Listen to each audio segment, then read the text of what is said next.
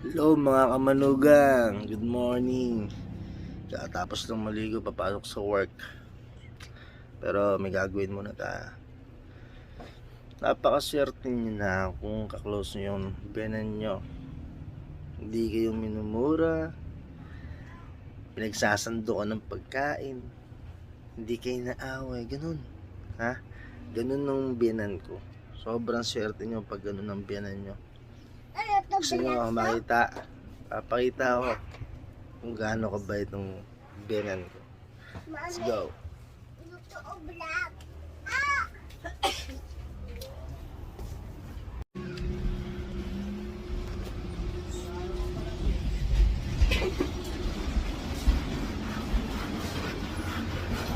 Nay, gutom na ako, Nay. Pagsandok mo na ako.